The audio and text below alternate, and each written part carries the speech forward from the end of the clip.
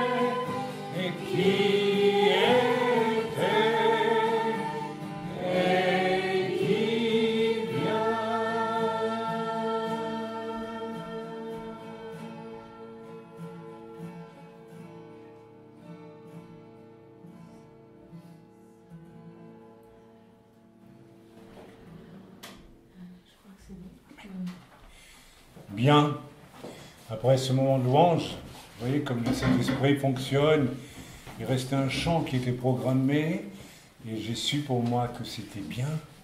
Et notre sœur qui s'occupe de la louange, si bien d'ailleurs, eh bien reçu la même impression et le regard. Nous avons échangé un regard et nous avons su que c'était vraiment le moment. Alors, notre sœur Elisheba, ouais, elle a reçu une parole du Seigneur qu'elle va nous partager. Bien, ma chérie. Oui. J'ai reçu le psaume 16, hymne de David. Garde-moi, ô Dieu, car je cherche en toi mon refuge. Je dis à l'Éternel, tu es mon Seigneur, tu es mon souverain bien. Les saints qui sont dans le pays, les hommes pieux sont l'objet de toute mon affection. On multiplie les idoles, on court après les dieux étrangers. Je ne répands pas leur libation de sang, je ne mets pas leur nom sur mes lèvres. Et le Seigneur m'a dit d'arrêter là. Il m'a montré vraiment très fortement que nous devons plus que jamais en ces temps nous réfugier dans le Seigneur et faire de lui tout notre bien. Il n'y a rien d'autre que le Seigneur, il est le plus important de tout et nous devons nous réfugier en lui. Et puis il m'a montré aussi que nous devrions cultiver plus que jamais la communion fraternelle. Les saints qui sont dans le pays sont l'objet de toute mon affection, les hommes pieux. Pieux, ça veut dire qui ont la crainte de l'Éternel. Et j'ai reçu que vraiment c'était à cause de ce qui se passe maintenant, tout cet écuménisme qui va galopant. On multiplie les idoles, on court après les dieux étrangers, je ne répands pas leur libation de sang, je ne mets pas leur nom sur mes lèvres. Parce qu'au nom de l'amour, en fait, il y a le sang qui va être certainement répandu un jour ou l'autre par des persécutions. Et nous devons vraiment être prudents plus que jamais, mais surtout cultiver notre relation avec Dieu et notre relation les uns avec les autres. Voilà. Amen. Merci Elisheba. Alors oui, c'est bien d'entendre cela. Combien moi j'ai ressenti pendant qu'on louait le Seigneur qu'il était bon de chanter avec amour pour le Seigneur. J'ai fait un message cette semaine que j'ai placé sur le site et je salue au passage toutes les personnes qui vont écouter ce message qui sera posté sur le site ce soir même. Et puisque nous sommes là à Balègue pour tenir notre culte de sortie de Shabbat, hein, et j'ai donc mis un message où ce qui m'est apparu tellement évident, c'est que Dieu nous aime, mais nous ne nous rendons pas compte à quel point il nous aime et il s'attend aussi à ce que nous l'aimions en retour. Et ça a l'air basique ce que je dis, ça a l'air évident et pourtant ce n'est pas si évident que cela à vivre. Mais ce n'est pas mon message de ce jour, n'est-ce pas? Je pourrais un jour faire tout un message sur quel est le potentiel d'amour qui est en moi pour Dieu. Est-ce qu'il y en a vraiment? Et est-ce que cet amour est capable de répondre? Jusqu'où peut-il répondre à l'amour que Dieu a pour moi? Et est-ce que j'ai seulement conscience de cet amour? Il y a tout un travail, je pourrais donner un témoignage de la façon dont le Seigneur m'a montré un jour dans une prison où j'allais prêcher que mon amour à moi pour les pauvres gens qui étaient là était de 13 degrés. Et c'était bien salutaire pour moi de le comprendre. Parce qu'ensuite, le Seigneur m'a enlevé au ciel, a poussé un diamant dans mon cœur, des années après, hein, où j'ai reçu quelque chose de l'amour de Dieu que je n'avais pas, ou que je n'avais pas assez. Amen. Donc, c'est un énorme thème qu'on pourrait débattre un de ces jours. Alors, frères et sœurs, je vous salue dans le bon nom de Yeshua Mashiach. Je vous salue dans le nom de Yeshua Mashiach et je voudrais juste faire une petite annonce. Hein. Samuel m'a fourni, regardez comme c'est joli, le deuxième fascicule des petites éditions que nous faisons internes. Hein. Enfin, internes, je veux dire, on ne passe plus par un imprimeur, mais on fait un joli travail avec certains petits messages. Vous avez déjà eu le rapport d'intercession d'une équipe que je vous recommande de lire parce que ce rapport d'intercession est un rapport très sérieux qui a été fait en 1999, si j'ai bon souvenir.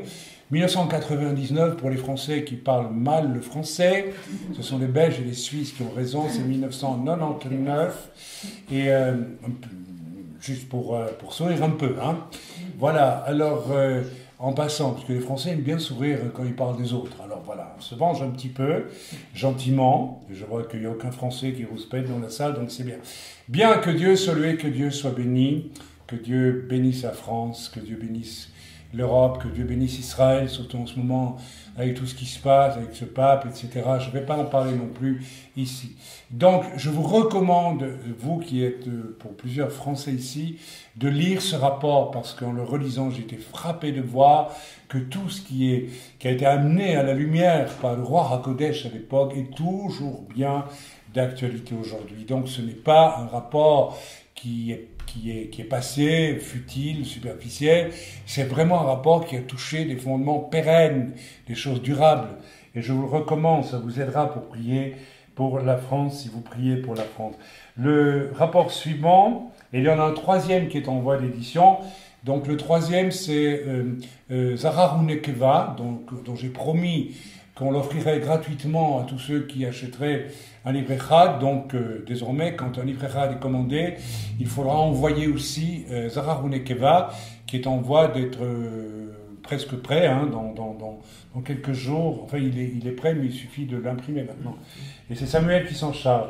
Alors là, on vient aussi d'éditer, je l'ai dit, le rapport sur le couple, rapport d'une équipe d'intercession sur les sujets du couple et de la famille, de la reine du ciel et des domaines, les principes bibliques afférents en France. Donc voilà, c'est ce rapport que j'ai en main et c'est joliment imprimé, c'est bien, c'est propre, c'est suffisant et ça nous coûte évidemment bien moins cher que si on devait publier un livre. Alors rassurez-vous, ça c'est moins long, il y a quoi, une vingtaine de pages, tout au plus. Et voilà, donc nous allons continuer cette politique de petites éditions. Nous allons montrer toute une série de messages anciens, très riches, très forts. On me réclame, un éditeur m'a réclamé le message sur les 7 mikvaot de l'histoire de l'humanité. C'est un message que j'ai prêché et que j'ai écrit sous forme de petits livrets de 20 pages aussi, 25 pages, il y a des années déjà. Alors je ne sais pas comment les gens sont venus à savoir que j'avais écrit ça, parce que je n'ai jamais édité, j'ai jamais eu le temps, tout simplement. Il y a eu d'autres livres qui sont venus depuis, plus importants, plus volumineux. Mais puisque ça m'est demandé par un éditeur et des libraires, paraît-il, je vais le sortir aussi dans ce format-là, beaucoup plus simple. Et celui-là, on pourra l'envoyer à des éditeurs. Et peut-être qu'on fera payer quand même un tout petit peu, peut-être 1 euro ou 2, quelque chose comme ça, puisque eux vont les vendre, à moins qu'on leur demande de les offrir. Peut-être que s'ils offrent, ils offrent de notre part aussi. On priera pour savoir ce qu'il faut faire dans ce cas-là. Donc voilà. Donc j'aimerais que nous soyons vraiment dans la joie, parce que nous vivons des moments très intenses ici, en tout cas en Suisse, et je veux en profiter pour expliquer un petit peu ma situation de ministère, ou pour éclaircir, ou peut-être faire comprendre certaines choses. Il m'est demandé assez régulièrement, ou bien je vois dans le visage des gens un questionnement, mais finalement, où êtes-vous, serviteur de Dieu ?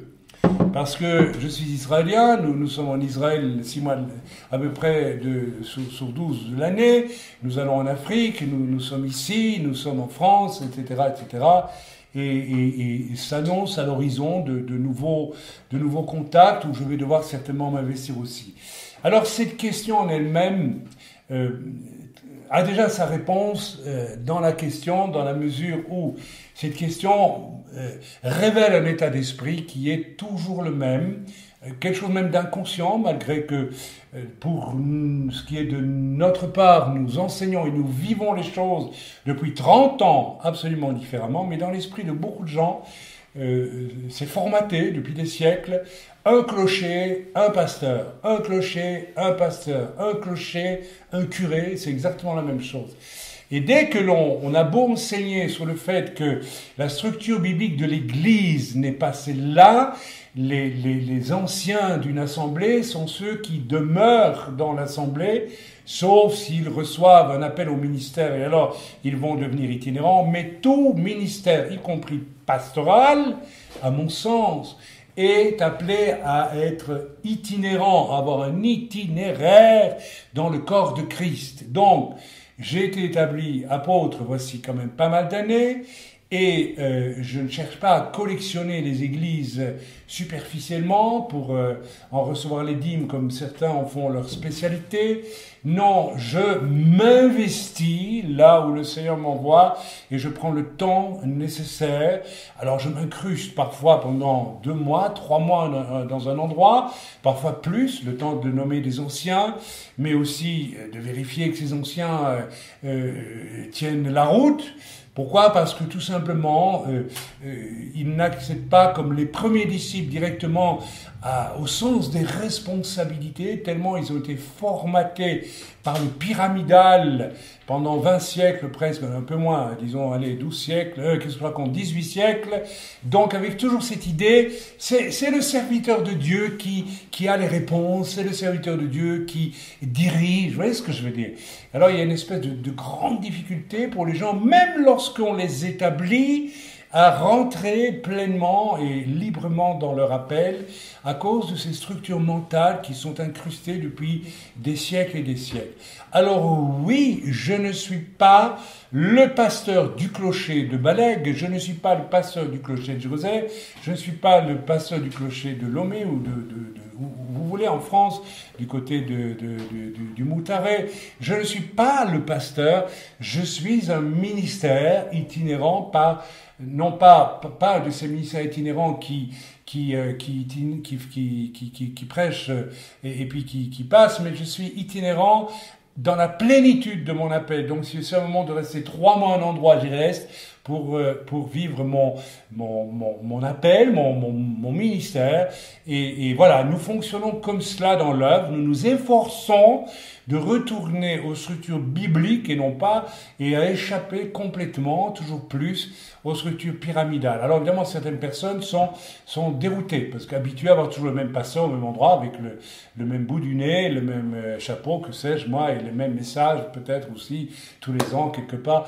Bon, voilà. Alors, et inconsciemment, il y a cette recherche aussi du pasteur passe-partout. Vous voyez ce que je veux dire ? Le pasteur qui règle tout, qui est une espèce de mari par compensation, oui, tout ça fonctionne dans la tête des gens, de papa par compensation, de tout ce que vous voulez, de psychologue, que sais-je d'autre.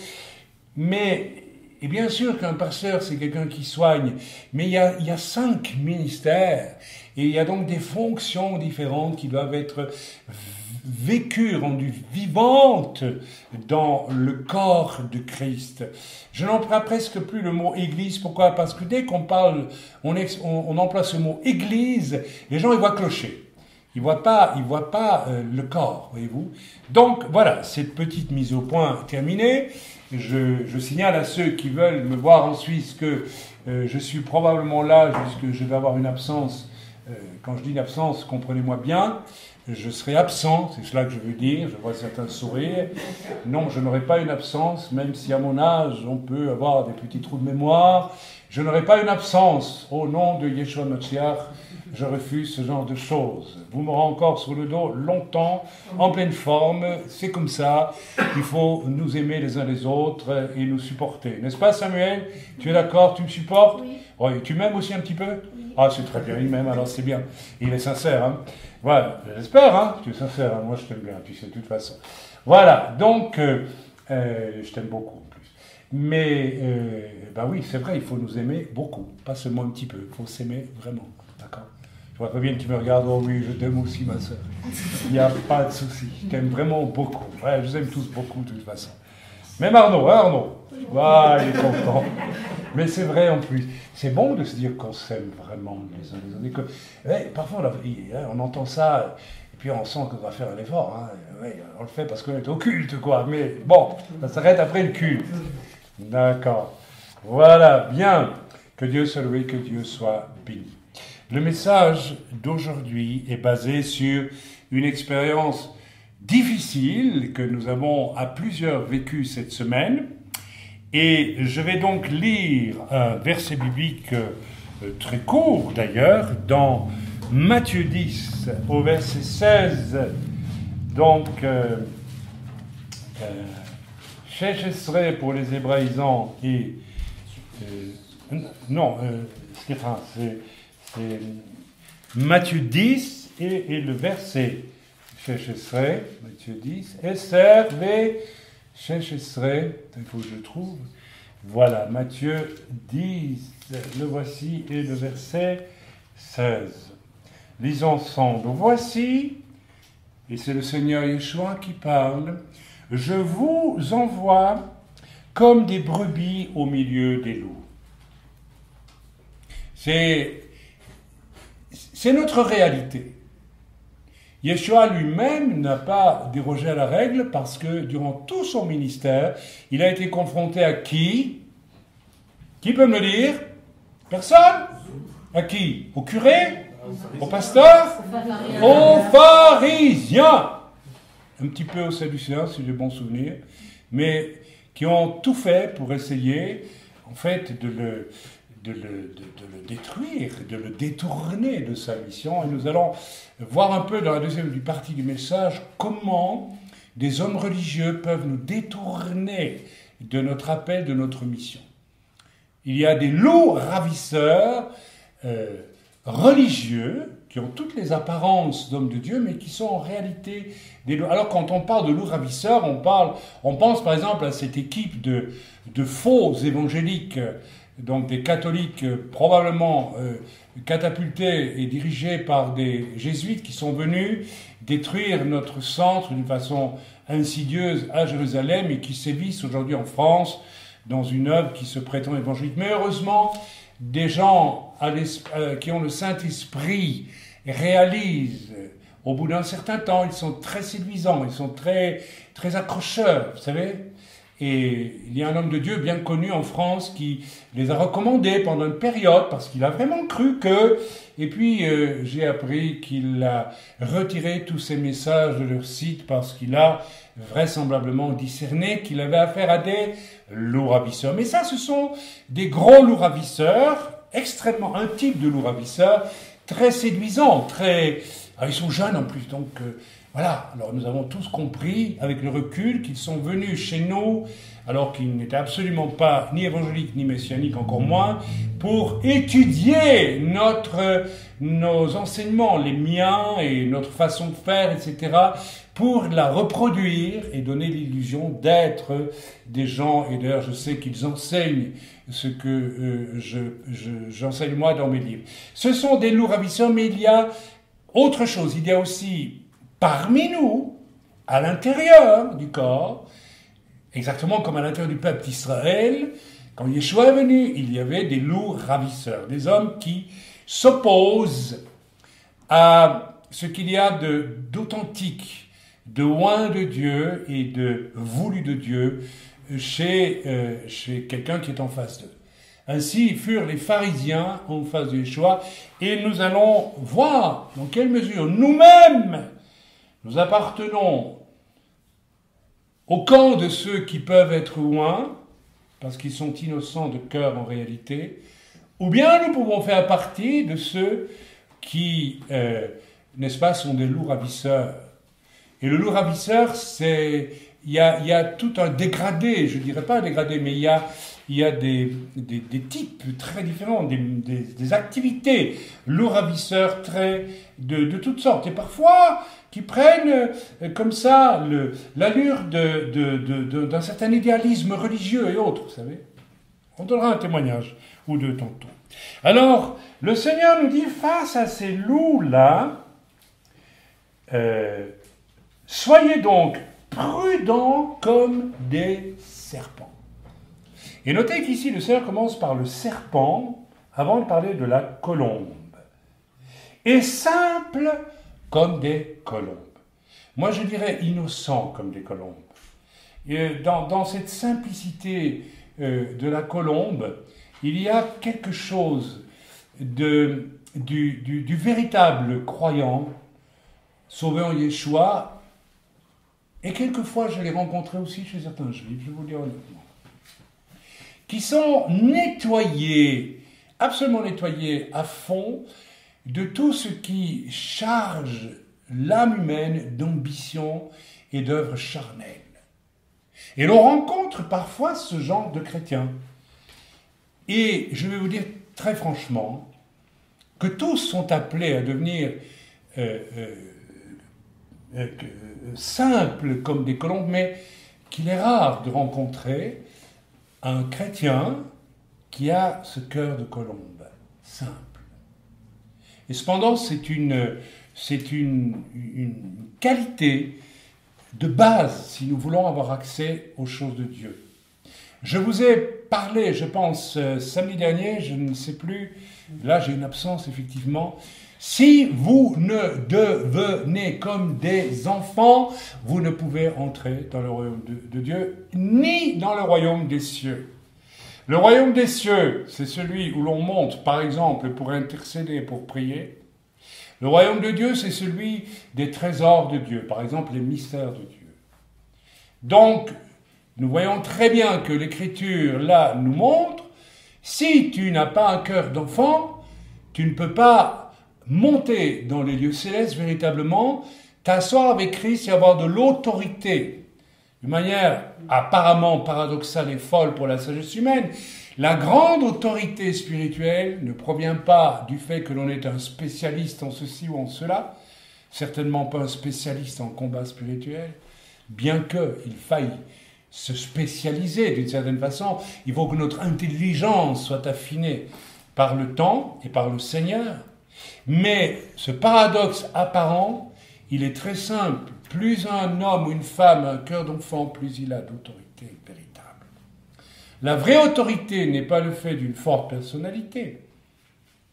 Paul avait une forte personnalité, mais son autorité, je vous l'ai expliqué samedi dernier, vient du fait qu'il a dû oublier sa sagesse de pharisien, sa volonté farouche et charnelle de pharisien, intelligent, violent, emporté, dur, pour passer un temps devant Dieu, se laisser dépouiller de tout cela afin de recevoir ce cœur d'enfant. Je vous ai expliqué que les êtres qui sont les plus proches de Dieu sont des enfants. Oui, la Bible le dit.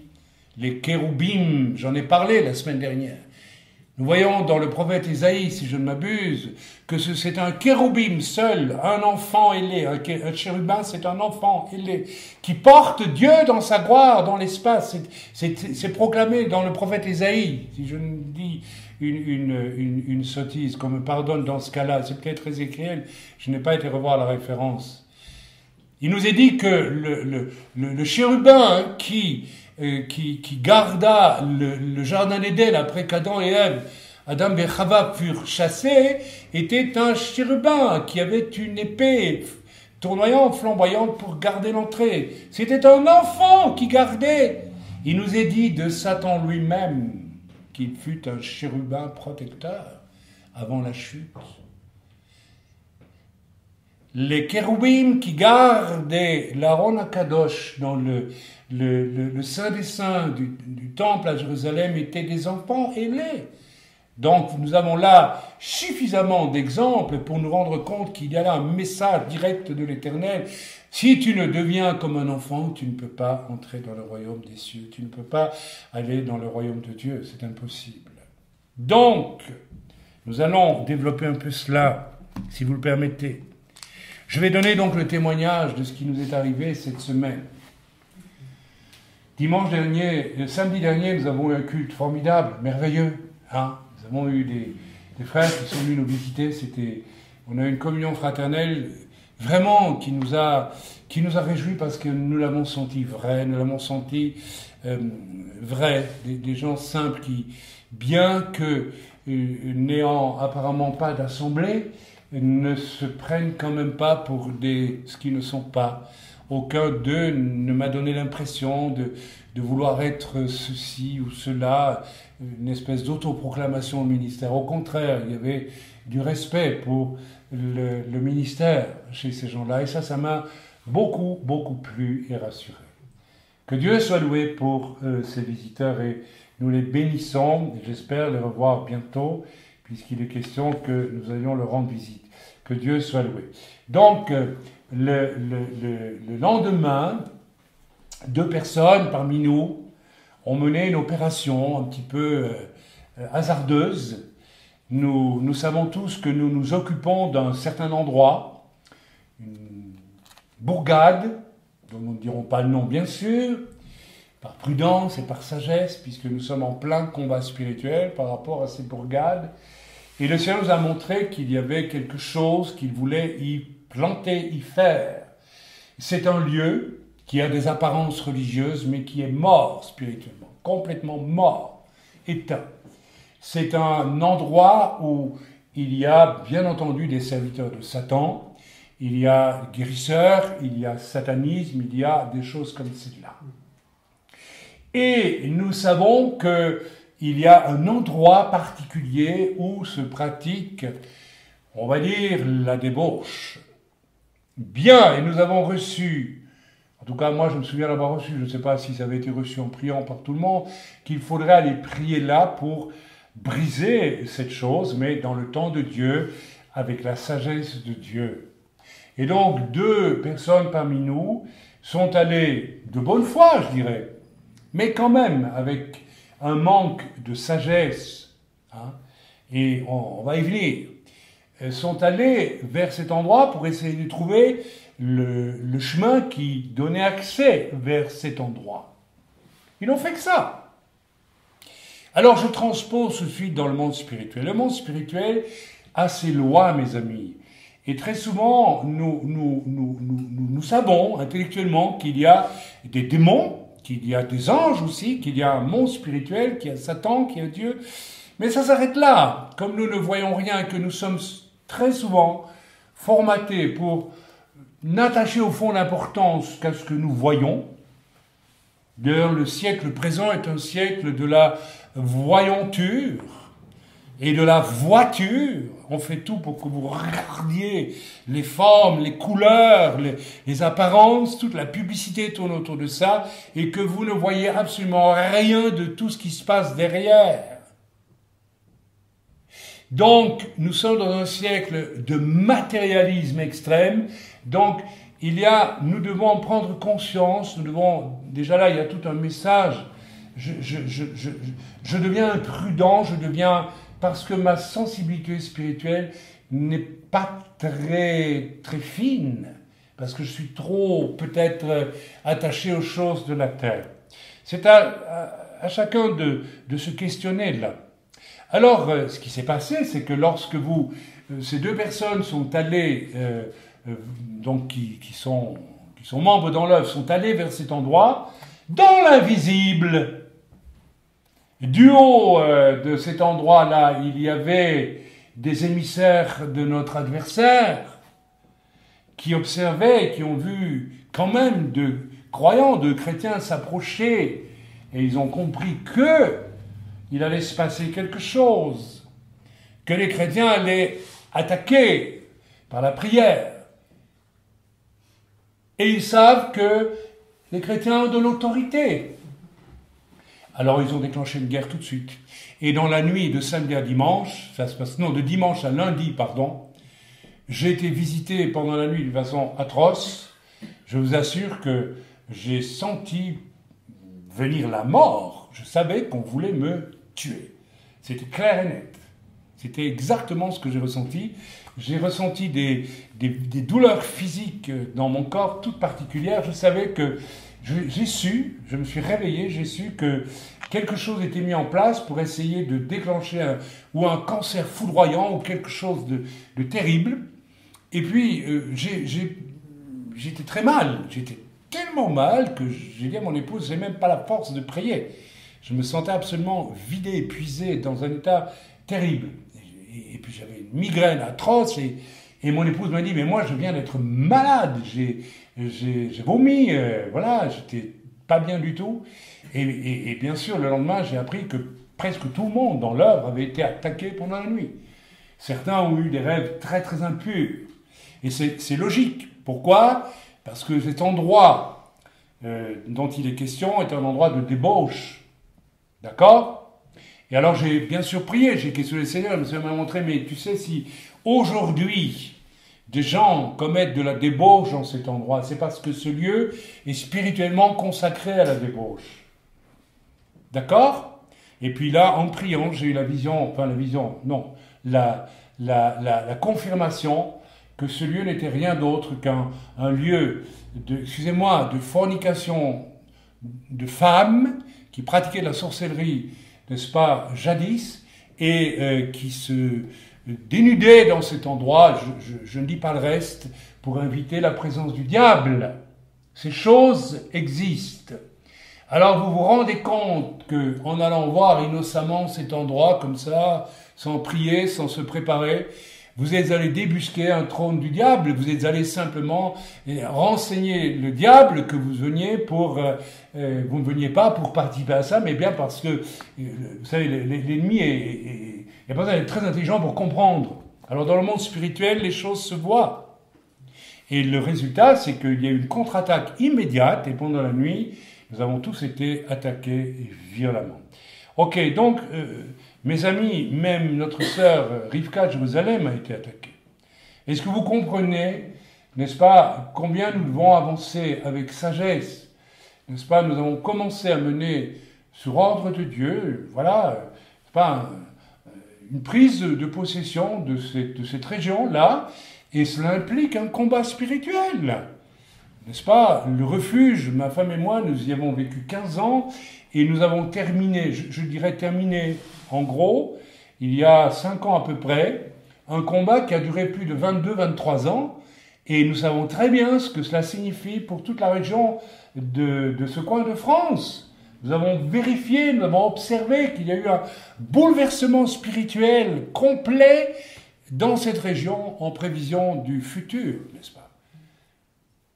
Vous m'avez accompagné pendant 3 ans dans des déplacements internationaux où je suis allé, je peux le dire maintenant, sur des lieux très particuliers, la plupart du temps très, très, très dangereux et occultes, et nous avons toujours prié durant des semaines avant d'y aller, et en y allant, nous avons prié constamment en langue, et nous vous avons demandé de jeûner, de prier pour cela.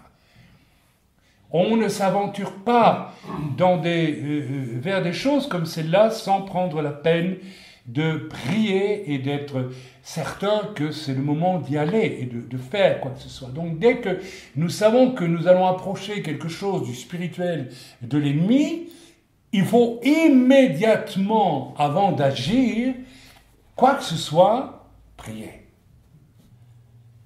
Et courir du sang précieux de l'agneau tous ceux qui sont autour de nous. C'est ce qui aurait dû être fait. Voilà, donc l'Écriture nous dit, soyez simples comme des colombes et prudents comme des serpents. Pourquoi comme des serpents? Alors, tout simplement parce que si vous observez un serpent, vous verrez qu'il avance d'une façon très, très étonnante. Vous savez, vous avez déjà vu un serpent, ça avance jamais tout droit. Généralement, non, ça fait des courbes, là, je ne sais pas comment on peut appeler ça, des méandres, merci de me le dire, et il avance pas tout droit, il avance un coup à droite, et un coup à gauche, et un coup à droite, et un coup à gauche, et puis il avance un tout petit peu en même temps vers l'avant, mais il avance alors beaucoup. Ça veut dire que avant de s'aventurer, avant de marcher, il va voir à gauche, il va voir à droite, il réfléchit, il mesure, il calcule, il se dit est-ce que c'est le moment, est-ce que je peux, est-ce que voilà. Tout ça c'est symbolique de la façon dont nous devons aborder certaines choses spirituelles et d'une manière toute ce que nous faisons sur la terre. Nous devons avancer, je dirais presque à reculons, non j'exagère là, mais avec cette espèce de reptation de gauche et de droite, tout en avançant un tout petit peu au fur et à mesure, sans précipiter les choses, sans foncer. On ne rentre pas dans les choses de cette façon. Alors qu'est-ce que nous avons fait? Et ça c'est un principe aussi. Lorsque l'on s'aventure de manière imprudente dans des domaines spirituels comme cela, eh bien, il faut demander pardon au Seigneur, si on veut retrouver la protection de Dieu. Parce que l'Écriture nous dit de ne pas le faire. Bien, alors j'ai demandé aux 2 personnes de demander pardon, elles l'ont fait, et directement nous avons senti un dégagement. Et le Seigneur m'a dit, maintenant que c'est fait, tu y vas, nous sommes allés en fin de journée, en soirée, et puis voilà, là aussi j'ai prié. Vous vous en avez peut-être pas rendu compte, vous qui m'avez accompagné, mais j'ai prié. Et le Seigneur m'a dit à l'entrée du chemin qui menait à cet endroit, il m'a dit, à tel endroit, là où tu vois telle pierre, telle petite bosse, c'est là que tu mets les pieds. pas un mètre après, pas un mètre avant, là. Et je suis allé à cet endroit-là, et là Dieu m'a dit maintenant, tu dis carrément à Satan, tu pars de cet endroit. Et j'ai ressenti une véritable et totale autorité pour le faire. D'accord? Alors voyez-vous, il y a vraiment des choses que nous devons réfléchir. On n'approche pas l'ennemi car d'une manière aussi directe, mais quand on l'approche, on le fait avec des précautions profondément réfléchies qui nous font penser, je l'ai déjà dit, à la réputation de gauche et de droite, avec lente et silencieuse station vers la proie, c'est-à-dire vers le but. D'accord? Avant de faire toutes les opérations que nous avons faites, je pense qu'on en a fait 12, c'est cela, en 3 ans, sur des hauts lieux de la planète. Nous avons beaucoup utilisé la stratégie du serpent. Nous avons été de gauche et de droite. Nous avons questionné le Seigneur. Nous avons prié sur l'endroit où il faut aller exactement. Rappelez-vous un certain endroit dans le nord de l'Europe. Je ne vais pas citer le nom. Il fallait aller à un endroit très précis, au centimètre près. Rappelez-vous, c'est mon fils Isaac qui avait reçu par une révélation de Dieu. C'est là que ça doit se faire. On a pris des cartes, on a précis. Et effectivement, quand j'étais sur place, c'était clairement là qu'il fallait faire pour diverses raisons. Je ne vais pas le décrire. Et il s'est passé quelque chose. Vous avez vu le résultat? Ça a été costaud, hein? Il y a eu un bouleversement très particulier sur un endroit de la planète qui était la conséquence immédiate et directe de cela. Alors, gloire à Dieu quand ça se passe comme ça. Amen. Amen. J'aimerais ici déjà faire une parenthèse sur la simplicité. Regardez ce que Dieu, pendant ces 3 années, m'a commandé. Chaim, tu ne dois pas donner le témoignage de ces choses. Tu dois garder un cœur de colombe simple. C'était tellement fort, vous l'avez vu, c'était tellement énorme ce qui s'est passé pendant cette année. Nous avons vraiment posé des actes d'une grande importance avec des grandes répercussions dans le monde spirituel. Mais Dieu m'a dit, je t'interdis d'en donner même un témoignage, et je ne l'ai jamais fait, et détaillé, à part, je crois, pour une chose mineure, où Dieu m'a autorisé à le faire.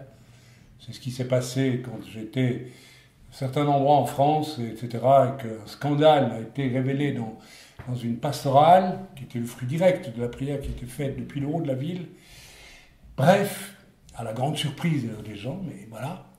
Donc, pourquoi est-ce que le Seigneur m'a demandé de ne pas en témoigner? Eh bien, parce que je suis persuadé que j'aurais peut-être pu, peut-être, je vais être honnête avec vous, pas m'enorgueillir, non. Mais peut-être générer une espèce de mouvement de gens qui se seraient intéressés d'une manière charnelle à vouloir faire les mêmes choses. Et c'est pourquoi Dieu m'a dit, tu n'en parles pas. Parce qu'il y a des gens qui n'attendent que ça, des gens qui n'ont pas le cœur simple, des gens qui ont de l'ambition, qui ont de l'orgueil, qui ont un désir pharisaïque de réussite dans le ministère, ça existe. Et qui n'attendent qu'une nouvelle mode pour prendre le train en marche, vous voyez, c'était Toronto et tout ça, hein. Oui, tout le monde suit, on le fait, quoi. Hein. Voilà, c'est extraordinaire, c'est le grand réveil, il n'y a aucun réveil dans tout cela. Soyons donc prudents. Ok. En d'autres mots, dans ce cas-ci, notre simplicité de colombe et notre innocence et celle de plusieurs dans l'œuvre fut exposée et les 2 amis ont agi frontalement sans la prudence du serpent. Donc votre absence de prudence, telle que le serpent en a une pour agir, a exposé l'innocence des autres et a failli provoquer la mort. Et à souiller, par exemple, la nuit de certaines personnes qui ont été exposées à des rêves très impurs. Eh bien, on peut le comprendre, parce que les esprits mauvais qui siègent dans cet endroit, d'abomination, de péché sexuel, eh bien, se sont déchaînés et ont attaqué les gens. Satan qui dirige, n'est-ce pas, le bal dans cet endroit, eh bien, a cherché à me tuer. C'était absolument évident. Donc, tout ça est très logique. Le monde spirituel est logique, mes amis. Ce n'est pas un monde de fantasmes, ce n'est pas un monde où on peut rêver, aller de gauche, droite, faire tout ce qu'on veut. Non, c'est un monde où le moindre acte a des conséquences. Le péché a des conséquences. La présomption a des conséquences. L'orgueil a des conséquences. L'innocence a des conséquences. La pureté du cœur a des conséquences. Voilà, rien n'est innocent. Hein, à une époque, on parlait de politique, on disait tout acte posé est politique. Ça veut dire qu'il a des conséquences. Il y a du vrai là-dedans. Tout ce que je fais a des conséquences. Il n'y a rien de ce que je vis, que je fais, qui n'a des conséquences. Il y a des gens qui ne font rien et dont la sainteté est telle que les gens se convertissent en pleurant devant eux. C'était le fait d'un grand serviteur de Dieu anglais des années 1800. Et il faisait rien, il était là. Donc le simple fait d'être là est déjà source de conséquences. Alors on le sent, quelquefois on est assis à côté de quelqu'un, on n'est pas à l'aise. On ne sait pas pourquoi. On s'en va. La personne est là, elle ne fait rien, mais elle est nous-mêmes à l'aise. Vous voyez ? Donc c'est tellement important de se rendre compte de ces choses. J'aimerais vous rappeler que ces dernières années, dans le cadre infantilisant des faux signes, certains, de la même manière, infantiles, se sont attaqués à des puissances des ténèbres d'une manière inconsidérée et en ont payé un prix fort ou fait payer un prix très fort à d'autres. Je me rappelle d'une époque, j'étais tout jeune chrétien, j'étais dans une réunion, voilà, comme simple croyance, j'étais à peine converti, depuis 1 mois peut-être, 2 mois, je ne sais plus, et c'était l'époque où tout le monde voulait faire de la délivrance. Alors bien sûr qu'il y a des moments, moi aussi dans mon ministère, il m'est arrivé quelquefois, rarement quand même, de devoir intervenir sur une direction de Dieu et de chasser des démons chez quelques personnes, mais je n'en ai jamais fait une habitude, une espèce de ministère, que sais-je, une chose que je recherche à vivre. Méfiez-vous de cela. J'ai connu un pasteur gitan qui était obsédé par l'idée de délivrer des démons. Et un jour, j'étais dans une réunion avec lui, et je l'ai vu pendant que je prêchais fixer une femme dans l'assemblée, puis il s'est levé violemment, et presque en bousculant les chaises. Il est allé chasser des démons. Bon, il n'y avait pas de démons.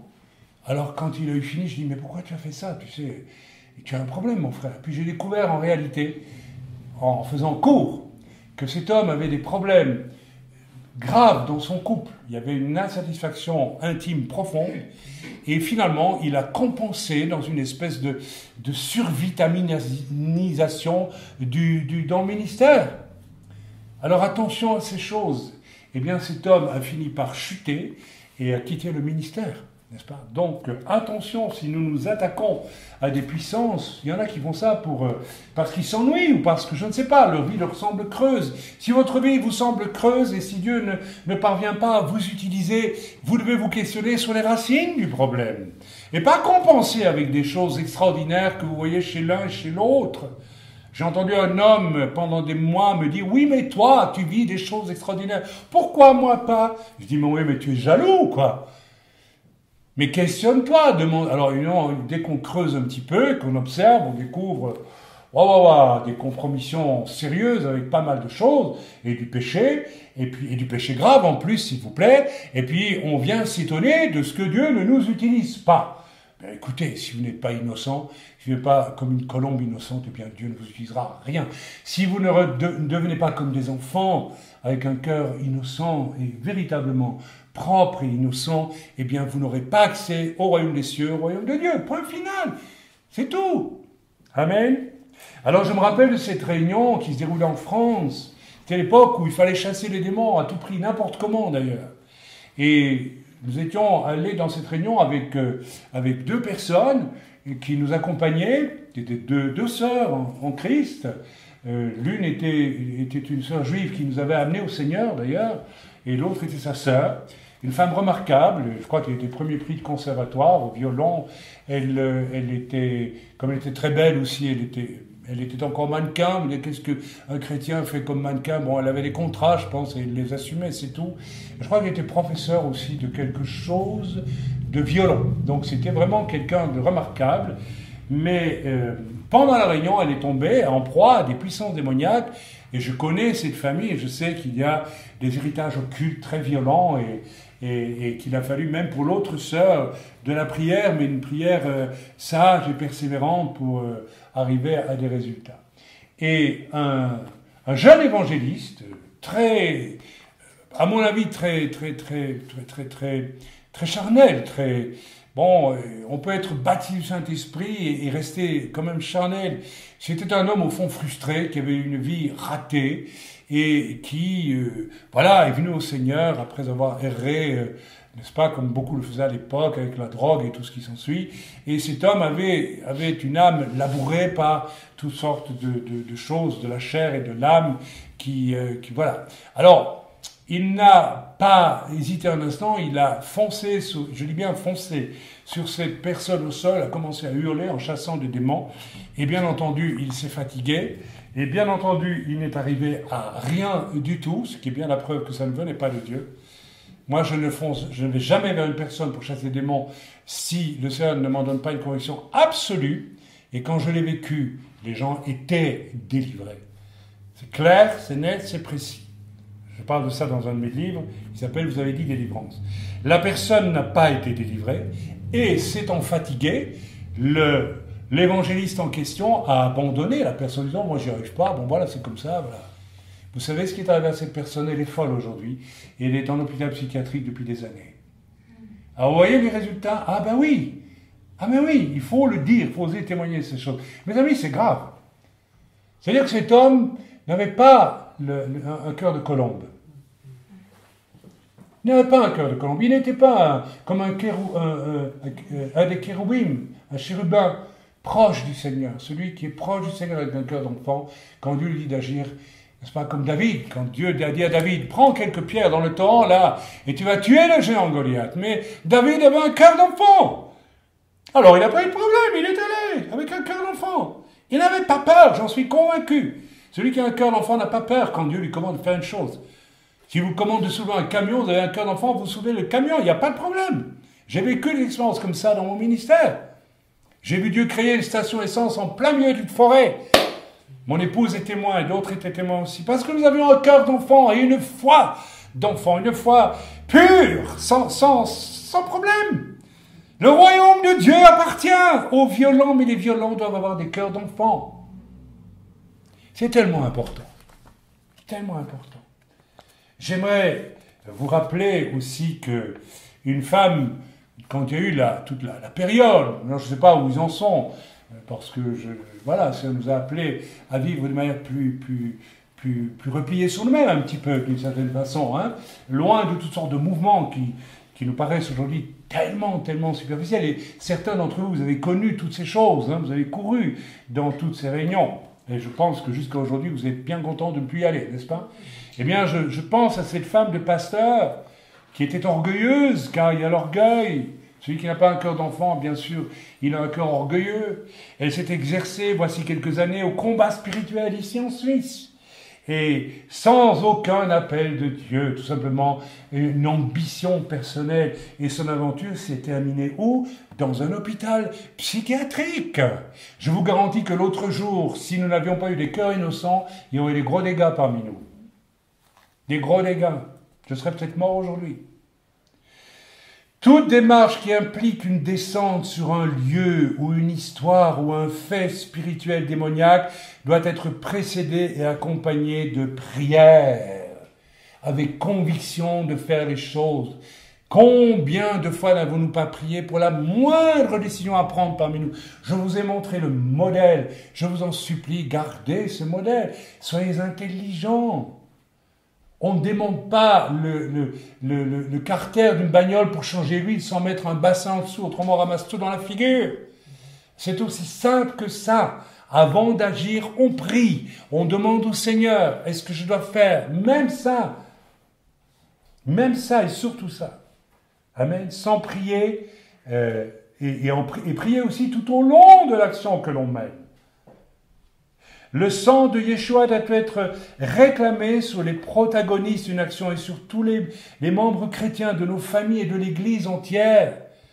Chaque fois que je reçois une personne chez moi en relation d'aide et que nous travaillons sur le péché non repenti, car c'est toujours là que les choses commencent, et particulièrement les fameux 2 piliers du péché sexuel et du péché occulte, qui représentent les 2 domaines que le diable essaie toujours de saisir chez les humains. Pourquoi? Parce que nous avons un esprit qui est créé afin que nous ayons une relation innocente et parfaite avec Dieu. Pourquoi? Pour avoir accès au royaume de Dieu et au royaume des cieux. Point.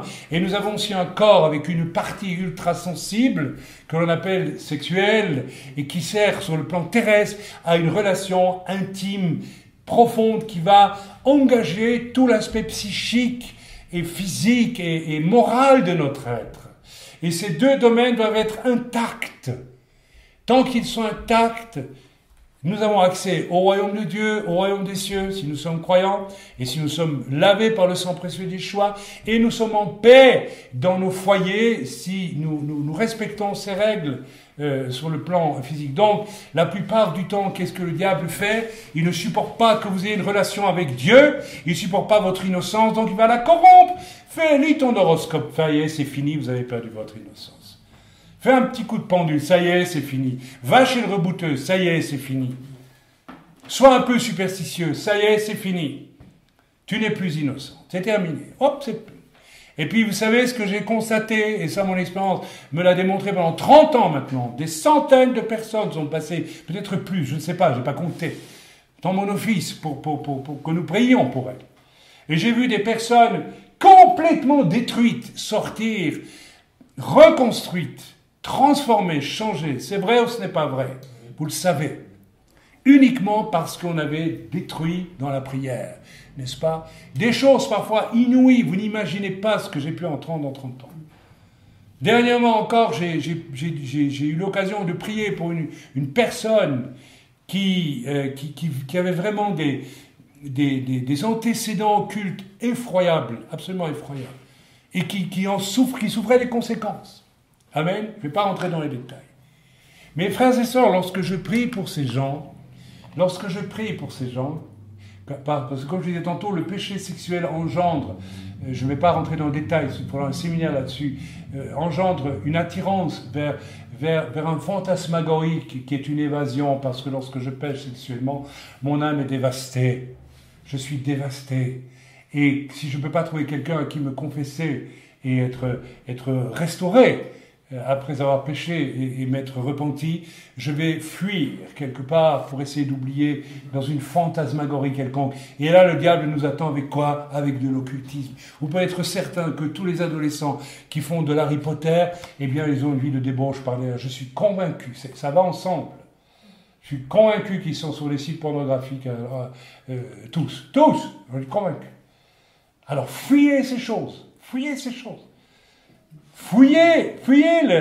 la pornographie, s'il vous plaît. Fouillez ça. Fouillez. Soyez ferme et ne vous laissez pas prendre. Si vous êtes laissé prendre une fois, relancez-y avec autorité. Confessez ça devant le Seigneur.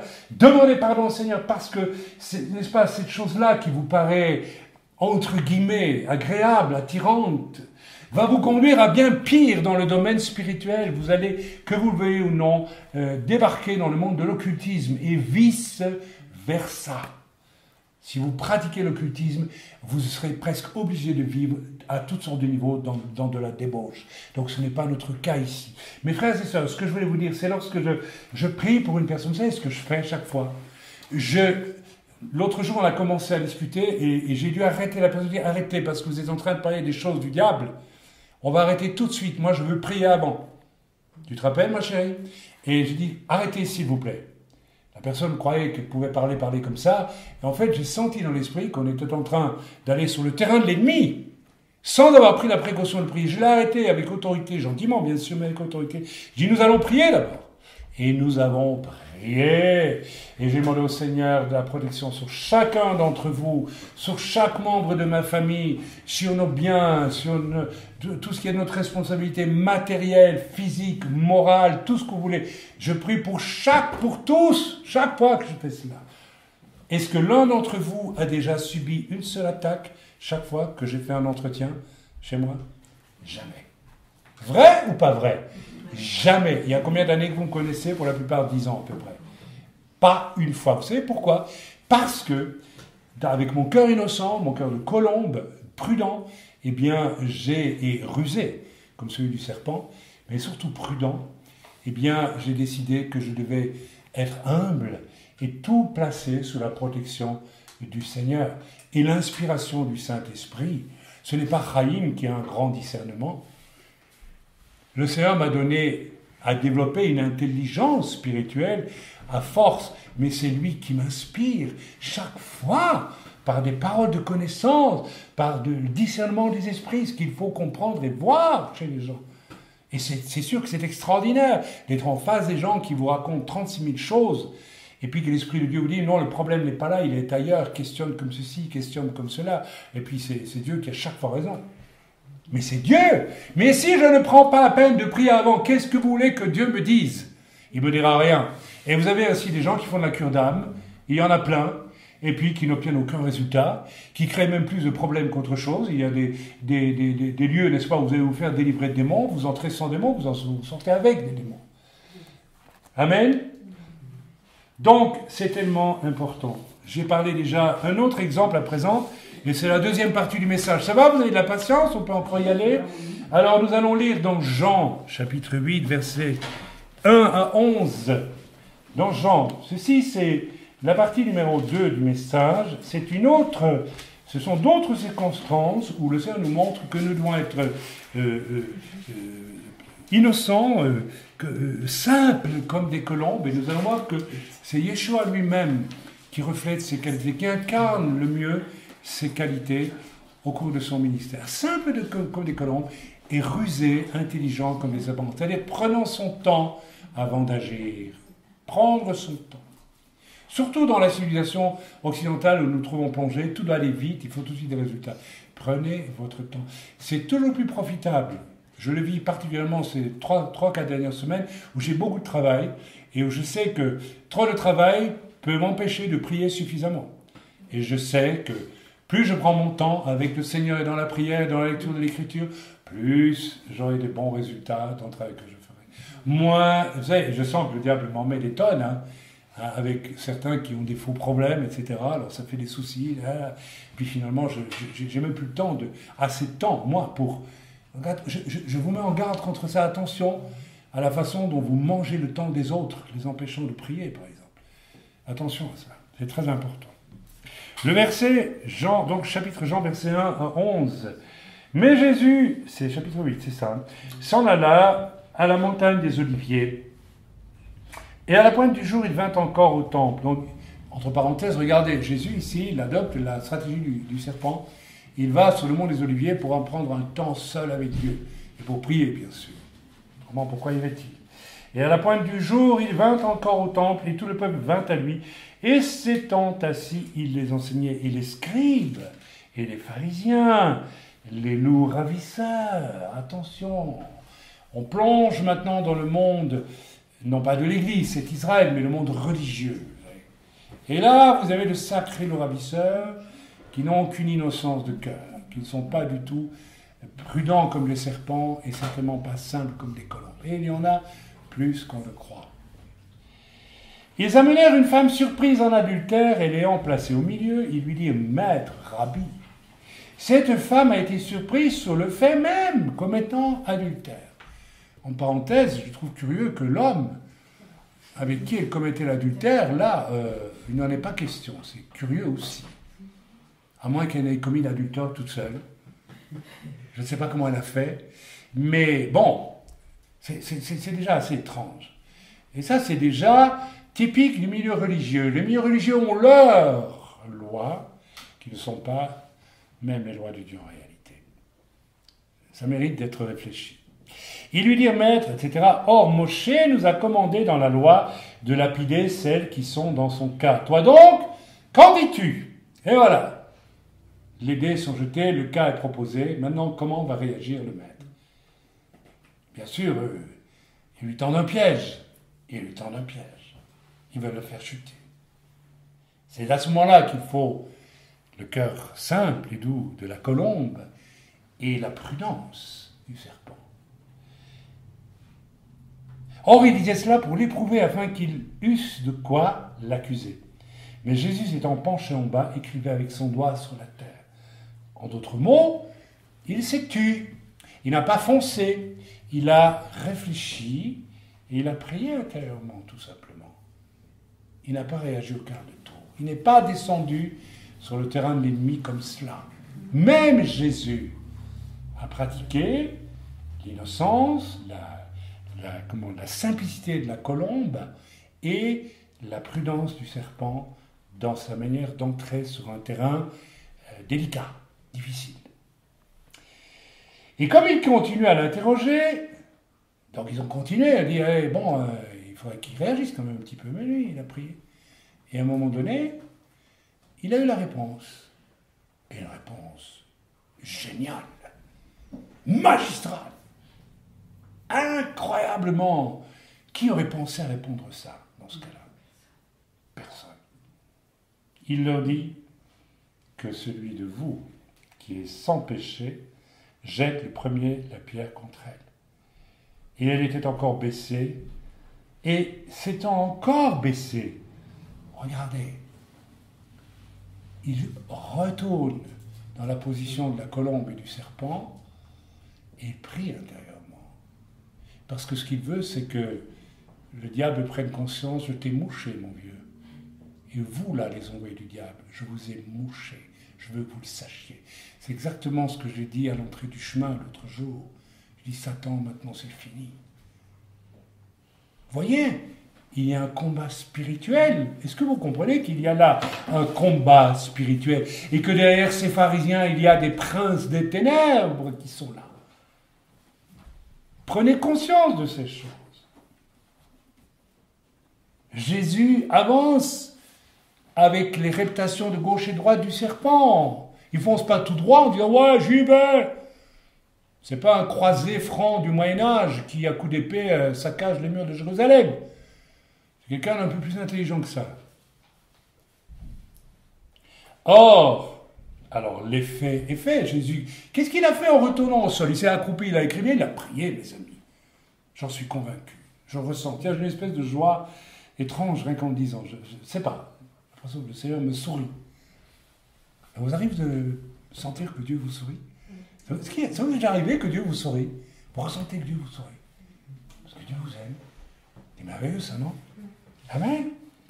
Or, quand ils eurent entendu cela, étant condamnés par leur conscience, ils sortirent un à un, en commençant depuis le plus ancien jusqu'au dernier. Tous, les vieux et les jeunes. Allez, hop, toute la bande. Rose, fini, terminé. De sorte que Yeshua demeura seul avec la femme qui était là au milieu. Alors Jésus s'étant relevé, voilà, le travail est terminé. Alors Jésus annonce ça, donne aussi sa réponse, il complète sa réponse. Vous voyez, il y a tout un travail ici, et toute une lutte spirituelle qui s'accomplit. Il y a toute une guerre qui se fait. La guerre n'est pas finie. Jésus va annoncer ce pourquoi il est venu sur la terre. Il dit, je ne suis pas venu pour juger, mais pour faire grâce. Et d'ailleurs, je vais monter sur la croix pour ça. Et à travers les paroles qu'il va donner à la femme, c'est ce qu'il va déclarer devant les puissances des ténèbres qui aimeraient le récupérer pour en faire un homme religieux comme les pharisiens. Mais non. Ici, nous avons le conflit du loin de Dieu avec l'hypocrisie religieuse. Et ça va jusqu'au bout. Et ça va jusqu'au bout parce que ça se fait devant les puissances. Et les puissances ont besoin de voir. Je vous assure, mes amis, tout ce que nous prêchons, tout ce que nous disons lorsque cela vient de Dieu, ça positionne quelque chose dans le monde spirituel. Ça positionne des choses dans le monde spirituel. Ça agit, ça a un effet. Et Jésus s'étant relevé, ne voyant personne que la femme, il lui dit, « Femme, où sont ceux qui t'accusaient? Nul ne t'a-t-il condamné ?» Elle dit, « Nul, Seigneur. » Vous vous rendez compte? Ça commence par une accusation tous ensemble, et à la fin, aucun n'a osé la condamner. Elle dit, « Nul, Seigneur. » Et Jésus lui dit, « Je ne te condamne pas non plus. Va et ne pêche plus. » Le verset clé ici, c'est le verset 6. Or, il disait cela pour l'éprouver afin qu'il eusse de quoi l'accuser. Mais Jésus, s'étant penché en bas, écrivait avec un doigt sur la terre. Alors, il y en a peut-être qui s'imaginent beaucoup de choses. Non, simplement, il a fait un... Comme vous, au téléphone, parfois, vous faites des... En Belgique, on dit des ratchacha. Je ne sais pas comment on dit en France, sur votre bout de papier ou des dessins bizarres. Mais Jésus a fait ça, c'est tout. Et pendant ce temps-là, il a prié. Ça m'arrive parfois, quand les gens me téléphonent, certaines personnes... Et puis, je sens qu'il y a un truc qui ne va pas, je prie intérieurement. Puis il se dit, ah ouais, tu dis ça et tu dis ça. Ah, très bien, d'accord. Et je continue mon petit gribouillis. Vous voyez ce que je veux dire? Enfin, j'en fais plus. Il y a longtemps, j'en fais plus. J'ai plus le temps. Mais voilà, durant ce temps de silence que je viens de vous décrire, Yeshua fut, innocent comme une colombe, de grâce. Parce que celui qui a un cœur de colombe est plein de grâce aussi. C'est très important, ça. D'accord? Et une colombe innocente qui ne veut pas ridiculiser son plumage face aux loups, aux vrais serpents religieux qui lui font face.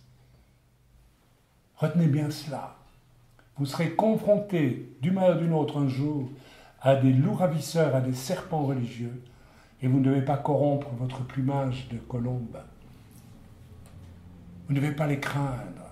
Ne les craignez jamais.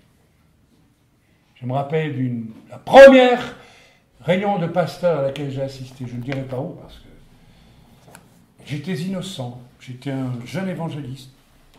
J'avais un cœur innocent. Alors moi, je m'imaginais quand on arrivait dans une réunion de pasteurs, il y en avait 40 à peu près, 50 peut-être. C'était à la frontière entre deux pays, là-haut dans le nord, quelque part. Je dis, mais ils sont tous merveilleux, ils sont tous innocents. Alors je suis arrivé là, bien sûr, je me suis tué parce que j'arrivais pour la première fois. Et j'ai commencé à entendre des plaintes, des rapports de choses, de disputes, de choses, les uns avec les autres. Il n'y avait que cela. Ensuite, on est allé manger à midi, en buvant un petit coup en plus parce qu'il y avait pas mal de Français dans l'équipe. Eh bien, les langues s'échauffaient encore plus et ça y allait. Et je me suis dit, mais je suis où, moi, ici? Qu'est-ce que c'est que ce truc? Et l'atmosphère devenait lourde. Alors, après-midi, on recommence et il y a un pasteur, belge, qui commence à se plaindre long là de tout ce qu'il a à souffrir de la part de celui-ci, de celui-là, d'un tel qui a des cheveux roux alors qu'il doit avoir des cheveux verts, et tout, n'importe quoi, tout y passe, à tel point qu'un serviteur de Dieu de l'Inde qui était là s'est levé et dit, écoutez, on en a marre de vos jérémiades, je ne suis pas venu d'Inde pour ça, je m'en vais.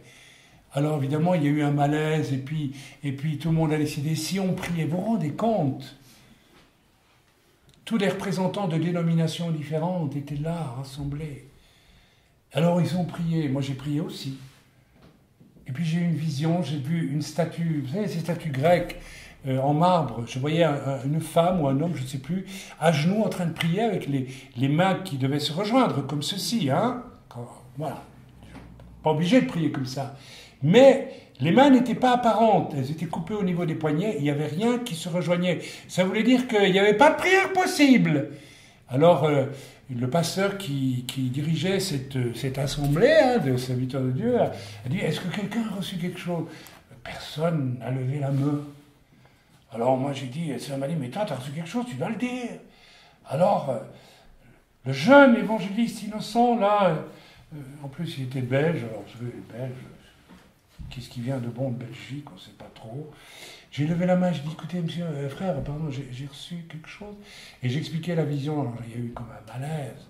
Et on est passé à autre chose, c'est-à-dire qu'on est reparti dans la discussion. C'était vraiment quelque chose d'effrayant. Amen.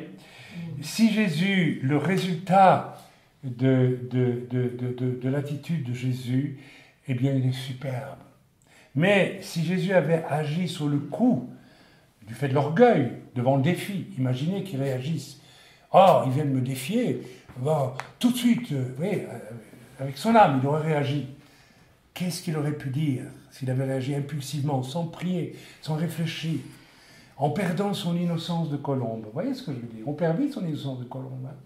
Vous savez, quand je perds mon innocence de colombe, l'autre jour, il y a un petit temps, j'étais fatigué, j'étais très stressé par ce que je faisais, et ma femme lui trouvait, et puis je lui ai parlé sèchement. Et le Seigneur m'a dit, dis donc, ton innocence de colombe. Alors elle est tellement comme une colombe elle-même qu'elle m'en a pas voulu, mais j'ai été la trouver, enfin quand je l'ai revue, j'ai dit, écoute, excuse-moi, je suis désolé ma chère, vraiment, j'ai été un brusque avec toi, je t'ai rabroué parce que j'étais terriblement préoccupé, mais c'est pas une raison. Et je te demande pardon. Hein. Nous devons préserver notre innocence de colombe, frères et sœurs. À chaque à tout niveau, d'une façon la plus forte, la plus claire qui soit. C'est très important. Imaginez Jésus agissant sous le coup d'une impulsion, perdant son innocence de colombe, et ensuite, bien sûr, sa prudence de serpent, parce que je tiens à vous dire que la prudence du serpent doit être précédée de l'innocence de la colombe, de la sagesse de la colombe.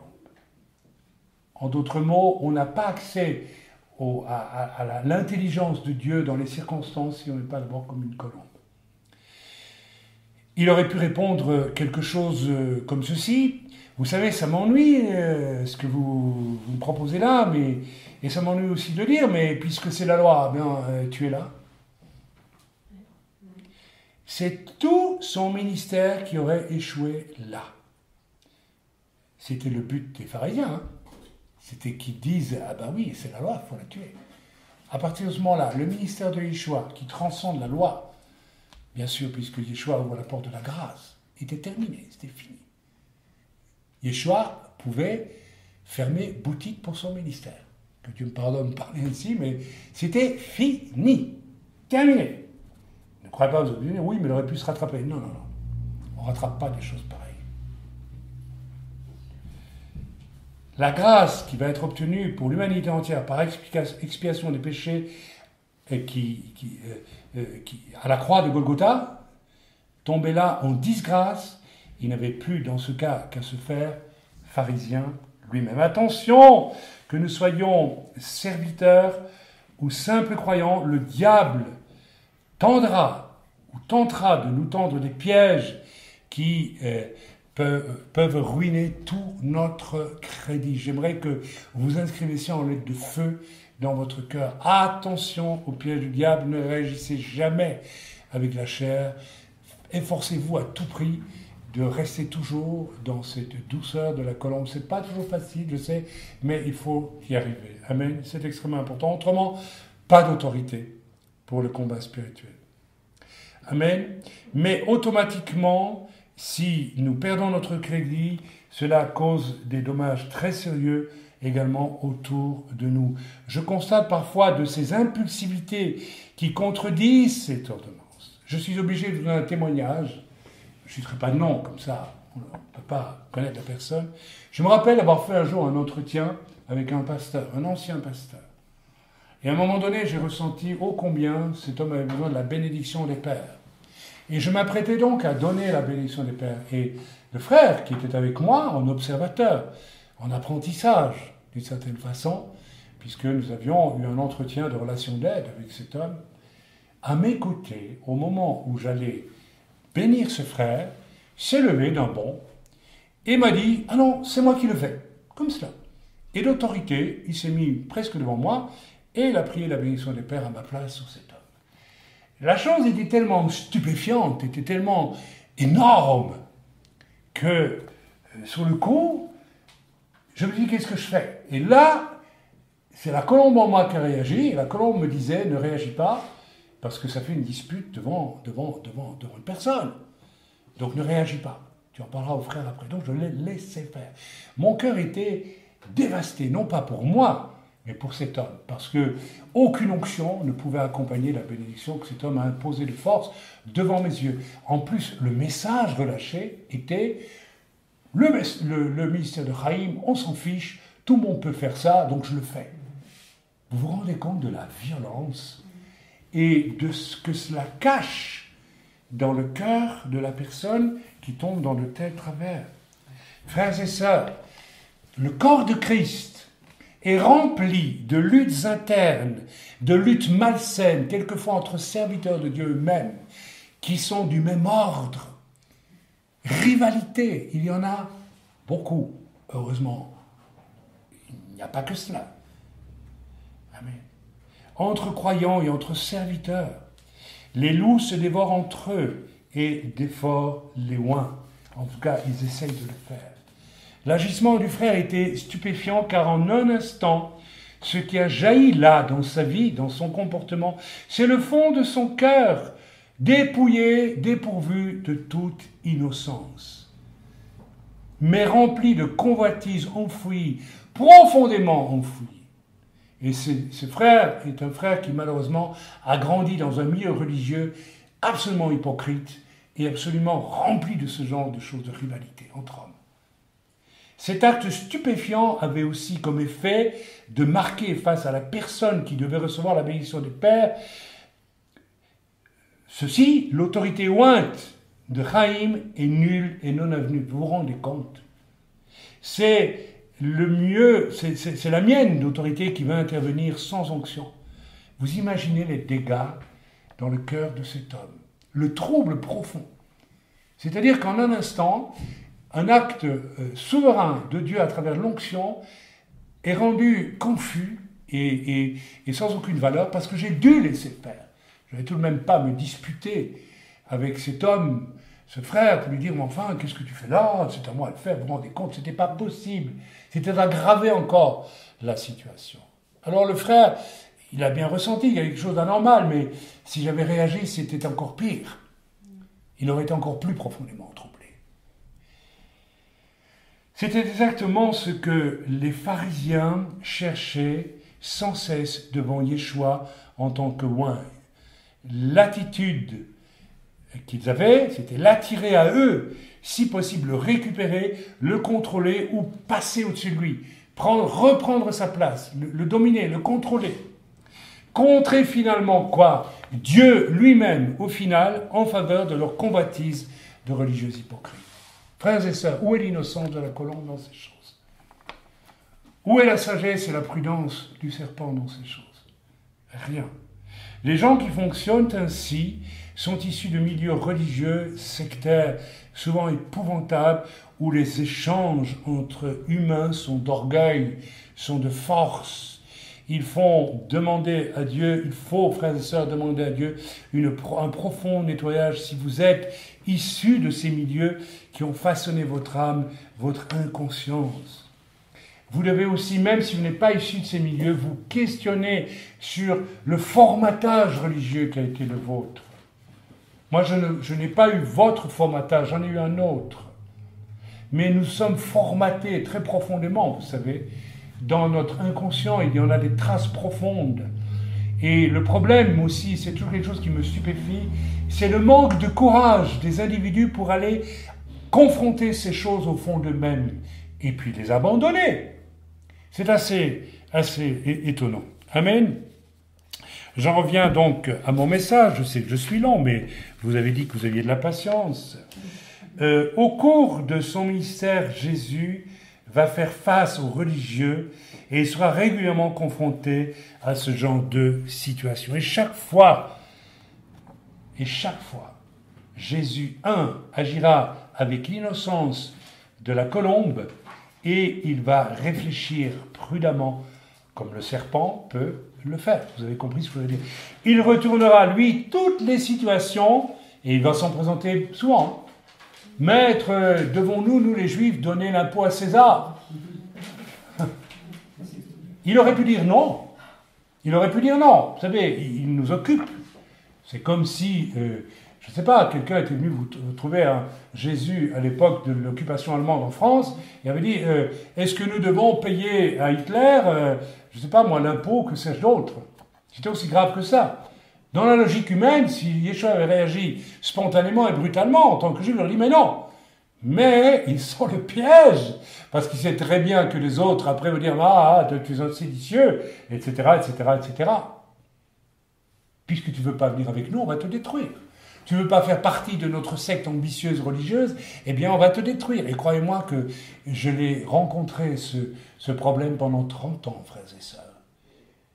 Méfiez-vous de ceux qui veulent que vous rentriez dans leur œuvre. Alors, ça ne se dit pas comme ça, au grand jour, parce qu'évidemment, ce serait grossier, mais c'est hypocritement véhiculé dans les comportements et les attitudes. J'ai vu cela. J'ai connu un homme de Dieu qui, à bout de manœuvres pour essayer, en me tendant d'abord la carotte et puis le bâton par derrière, et n'étant jamais arrivé à ses fins pour que je travaille avec lui, soumis à lui et non pas au Seigneur, a déclaré publiquement, eh bien, je vais le détruire, je vais le casser. Et c'est lui qui est mort un an après. Yeshua va retourner toutes les situations à son avantage et à la gloire de Dieu. Lui s'applique à bien des domaines, ceci s'applique à bien des domaines, et je voudrais maintenant vous encourager, j'arrive à la fin de mon message. Écoutez-moi bien, s'il vous plaît. Je viens de publier sur le site en 4 parties un long témoignage sur ce qui m'est arrivé depuis la Belgique en matière de calomnie. Et vous l'avez lu, vous le connaissez, il y a tellement d'années déjà. Pendant 25 ans et même plus, presque plus, quasiment 30 ans, 27 ans, 28 ans à peu près, 25 ans, eh bien, je me suis tu. Et je ne vais pas parler de cela, mais le courage qu'il m'a fallu pour me taire. Je me suis tu par amour. Mais je me suis tu, parce que Dieu m'a dit de me taire. Autrement, la personne ou les personnes incriminées se retrouvaient en prison ou condamnées à me payer des dommages et intérêts faramineux. Mais nous sommes chrétiens et nous n'utilisons pas la justice des hommes pour, n'est-ce pas, emmener en prison ou devant le juge d'autres personnes. Même si ce sont les chrétiens qui ont abandonné le Seigneur et qui se comportent comme des païens. Moi, le Seigneur m'a dit, il y a toujours un espoir que cela revienne à Christ, donc ne les amène pas devant les juges. C'est une chose. Il est néanmoins possible que j'ai eu ma part dans le fait que j'ai peut-être aussi, à l'époque, manqué de la prudence du serpent dans mes comportements avec ces personnes. Il est possible. Et peut-être, allez savoir, d'une part de moi qui n'était pas innocente. Peut-être. Je dis peut-être, je n'en sais rien. J'essaie d'être honnête en face de vous. J'essaie de me prendre comme exemple pour que vous compreniez que c'est quelque chose qui est pour chacun d'entre nous. Amen. Et de là, j'ai peut-être manqué de la prudence du serpent face à certains chrétiens qui avaient l'air bien gentils et bien bons pour moi, et puis qui sont révélés être des loups ravisseurs. Quand des gens viennent vous trouver avec insistance en vous demandant pardon parce que Dieu leur a ordonné de vous faire un don, et qu'ils le font, et que vous dites à la personne, non, réfléchis encore 15 jours, prie s'il te plaît, et que la personne dépose l'argent sur votre compte en banque, eh bien peut-être qu'il aurait fallu que je sois encore plus prudent comme le serpent, plus prudent que je ne l'étais. Parce qu'en réalité, cette personne a voulu récupérer son argent, et la suite, vous la connaissez. Amen. C'est possible que, peut-être, dans mon désir de servir le Seigneur, j'ai été trop vite, malgré tout. Pourtant, ma femme, je le vois sur son visage, elle désapprouve, en me disant, mais non, tu avais pris beaucoup de précautions, mais le problème n'est pas là. Il est possible aussi que ma solitude à l'époque, le rejet du dénominationnel qui était le mien, mais que le dénominationnel m'appliquait aussi, parce que quand vous ne faites pas partie de leurs équipes, ils vous font bien sortir. Hein. Ah oui, il faut faire partie de chez nous, parce que tu n'es pas de chez nous, tu n'es pas de chez nous. Et si tu n'es pas de chez nous, fais gaffe. Hein. Ah oui, l'étranger. Il a une sale tête, le métèque, là. Alors, c'est un Belge en plus. Alors, et puis certains m'ont dit, c'est un juif. Ouais, on dit ça. J'ai entendu ça. Je l'ai senti en plus. Ça n'a pas été dit franchement, ça aurait été plus courageux. Mais c'est pensé. Amen. Oui, vous savez qu'il y a de l'antisémitisme dans l'Église, hein. Alors peut-être que cette précipitation que j'ai pu avoir, même si j'ai été sage et prudent, peut-être qu'au fond moi-même, il y avait quand même une certaine précipitation pour sortir de cet isolement, de cette solitude, de cette souffrance. Et peut-être, pourquoi pas, un besoin de compenser. Donc, si je me fie au besoin de compenser, je ne fais plus confiance à Dieu, je fais confiance à qui? À moi. Je perds mon innocence. Vous voyez, c'est subtil. Et peut-être que j'ai perdu mon innocence en allant trop vite, en ne faisant plus confiance à Dieu pour me justifier, pour m'établir, mais en étant peut-être un peu trop orgueilleux et n'ayant pas supporté d'être rejeté, maltraité, j'ai voulu peut-être, d'une certaine façon, prouver que. Vous direz, c'est humainement compréhensible, mais c'est humain, et c'est déjà perdre son innocence. Vous voyez, je m'expose là. Mais je n'ai pas peur de le faire, c'est pour la bonne cause. Amen. Je me rappelle d'un serviteur de Dieu qui est mort aujourd'hui. Très connu. Très connu. Et cet homme, c'est l'homme en question qui a dit, en parlant de moi, je vais le casser. Paf. Amen. Alors, il était connu parce qu'il y avait quand même un ministère avec une onction, mais il y avait deux aspects dans sa personne. Il y avait Une onction de Dieu qui fonctionnait par moments, et puis il y avait autre chose. Cet homme avait un compte à régler avec l'existence. En fait, il venait d'une famille qui avait été riche auparavant et qui avait tout perdu. Et cet homme en avait conçu une humiliation, une blessure personnelle, et a mêlé, a injecté dans sa façon de vouloir construire certaines choses dans le ministère, et il a voulu compenser, il a voulu réussir quelque chose. Alors, je ne vais pas rentrer dans les détails, parce que je n'ai pas envie que l'on puisse situer la personne, ce n'est pas le but, ça n'a pas d'intérêt, mais il s'est lancé dans des projets, je veux dire, démesurés d'une certaine façon, sur le plan matériel et aussi sur le plan humain, en voulant construire des espèces de fédérations, de ceci et de cela, etc. Tout cela n'était pas de Dieu, mais venait d'un cœur assoiffé de reconnaissance, de restauration de l'honneur familial. C'est exactement le mécanisme qui fonctionnait dans son cœur.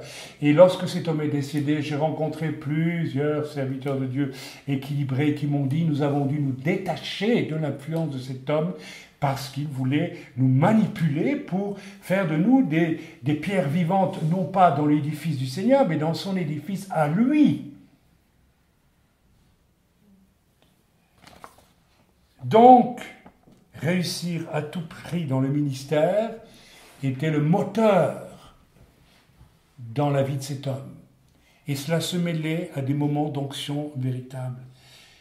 L'innocence de cet homme était perdue. Et du coup, eh bien, voilà, il a causé énormément de dégâts autour de lui. Je ne vais pas rentrer dans les détails, ce n'est pas à moi de juger, mais je pense que si Dieu l'a repris aussi, c'est pour l'empêcher de continuer à faire certains dégâts. Amen. Durant des années, j'ai souffert en silence des conséquences terribles de cette histoire que je vous ai rapportée en 4 épisodes sur le site. Ce n'est que récemment, et ceci c'est pour vous encourager maintenant, ce n'est que récemment, admettons que j'ai commis moi aussi une bêtise dans mon comportement, dans mon attitude, qui a pu être à l'origine de cela aussi, dans une certaine mesure. Ça veut dire aussi, ne vous associez pas à n'importe qui. C'est très important. Là aussi, il faut l'innocence de la colombe et la prudence du serpent. J'ai appris à ne plus m'associer avec n'importe qui. Et de loin, croyez-moi, je suis très prudent. D'ailleurs, vous le savez. Amen.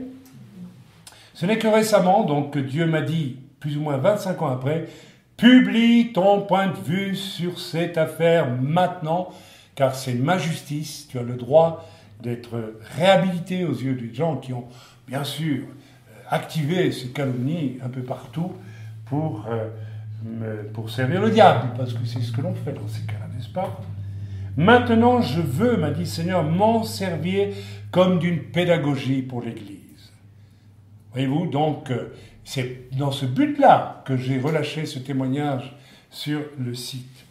C'est alors Dieu lui-même qui, avec la prudence du serpent, remporte la victoire et sa pédagogie s'accomplit même ici, aujourd'hui, si vous voulez bien me comprendre. Est-ce que vous comprenez ou pas? Je termine avec un encouragement, ne soyez pas abattus. Mes 2 amis qui ont été mis en cause ce matin, mon frère, ma sœur, par cet échec. Non, surtout pas, ce serait aussi peut-être un peu d'orgueil et le signe d'un cœur qui n'est pas si colombe que cela, que d'être abattu. Oh, je suis écrasé par ma faute. Mais dis donc, tu n'as pas à être écrasé par ta faute puisqu'on te pardonne et que Dieu te pardonne. Tu ne serais pas un peu orgueilleux sur les bords, là? Vous savez, il y en a... C'est l'orgueil, c'est quelque chose de terrible. L'orgueil empêche aussi de recevoir le pardon. Hein. Il y a des gens qui ne reçoivent jamais le pardon. Ils le reçoivent de la bouche, mais pas du cœur. Non, moi, je n'ai pas été parfait, donc c'est pas possible. Ouais, mon problème, c'est que je suis pas sûr que je vais pas recommencer. Ben, c'est que tu t'es pas repenti, tout simplement. C'est que tu n'as pas accepté que tu as fait une erreur. Tu n'as pas demandé vraiment pardon. Donc tu vas recommencer. Et tu le dis toi-même, en plus. Quel orgueil il doit y avoir au fond de toi. Tirer la leçon, certes, maussade de cette situation, mais certaines choses s'apprennent dans la joie, alléluia, d'autres s'apprennent dans la peine de l'échec. Priez humblement et demandez à Dieu de vous enseigner dans les plus grandes profondeurs de votre être quant à cet échec celui-ci ou bien d'autres? Étiez-vous dans l'innocence de la colombe en agissant comme vous avez agi? Non. Si, ce n'est pas possible. Si une ombre de convoitise accompagne une seule de vos actions, par exemple, ne serait-ce qu'une ombre, car le diable se voile et voile le cœur humain là où la lumière n'a pas encore pénétré, alors vous allez toujours à l'échec. Et vous ne passez même pas à la phase de Dieu qui est la prudence du serpent. Je me suis fait comprendre. Soyez assurés aussi d'une chose, mes amis, c'est que Dieu, un jour ou l'autre, alors écoutez bien ce que je vais vous dire, c'est pour terminer que je le dis, votre échec de cette semaine, pour sa gloire, son amour, sa forme, sa force et son honneur, Dieu va les retourner à sa gloire. C'est ce que le Seigneur veut. Non seulement il pardonne nos péchés, il libère nos cœurs de tout ce qui l'empêche d'avoir cette innocence de la colombe. Mais il faut se laisser sonder par l'Esprit de Dieu. Alors c'est là que l'Écriture nous dit, les violents s'emparent du royaume de Dieu. Il y a quelque chose d'une violence que nous devons nous appliquer nous-mêmes dans ce domaine-là. Nous être assez fous que pour nous laisser sonder par Dieu. Vous savez, les 4 premières années de ma vie chrétienne, non peut-être pas les 4, je dirais les 2-3 premières années, ont été des moments où je me suis mis à nu devant Dieu. J'ai accepté que Dieu me montre vraiment qui j'étais. Beaucoup d'entre nous ne savons pas qui nous sommes. Nous ne pouvons même pas nous aimer, parce que nous ne savons pas qui nous sommes. Nous aimer ne signifie pas essayer de trouver toutes nos qualités, les aligner sur un tableau, dire voilà, je suis comme ceci. Non, c'est nous connaître dans tous les aspects de notre personne, les mauvais comme les bons, mais les mauvais aussi, et peut-être avant tout les mauvais, afin que Dieu puisse les mettre en lumière et que Dieu puisse les transformer, que Dieu à la place de l'orgueil puisse mettre de l'amour, que Dieu à la place de je ne sais pas, la convoitise puisse mettre de l'innocence. Amen. Celui qui a l'innocence ne convoite rien. D'accord? Voilà, j'aimerais vous rassurer en disant qu'un jour, Dieu utilisera votre échec pour sa gloire. De la même façon que moi, peut-être, j'ai un petit peu échoué, là, il y a 25 ans. Je me suis précipité. J'étais trop vite, peut-être. On me l'a dit à l'époque. Quelqu'un m'avait dit, peut-être tu vas trop vite pour certaines choses. Et le diable te tend des pièges comme ça. Ah, j'ai appris. Moi, j'étais quelqu'un de très, très, très impulsif, jadis. Ouais, il a fallu que j'arrive à 66 ans pour comprendre. Il fallait être un peu plus sage. Non, Dieu m'a enseigné quand même un peu plus de sagesse depuis plus longtemps. Ma femme qui fait la grimace et qui fait sourire. Elle n'est pas d'accord avec ce que je viens de dire. Non, elle n'est pas d'accord de dire qu'il m'a fallu attendre 66 ans pour avoir un peu de sagesse. Mais j'aimerais vous rassurer de la même manière que Dieu a permis que mon petit échec d'il y a 25 ans, c'est un petit échec, je ne veux pas dire que c'est un énorme échec, c'est un petit échec, mais un petit échec, c'est un petit échec, ça peut avoir des conséquences très lourdes. Parce que si vous avez un petit échec, le diable s'engouffre et lui, il ira le plus loin possible pour détruire. Eh bien oui, un tout petit peu de conviction de faire les choses, non pas dans l'innocence du cœur, mais pour compenser un manque, un besoin, donc devenir humain, charnel.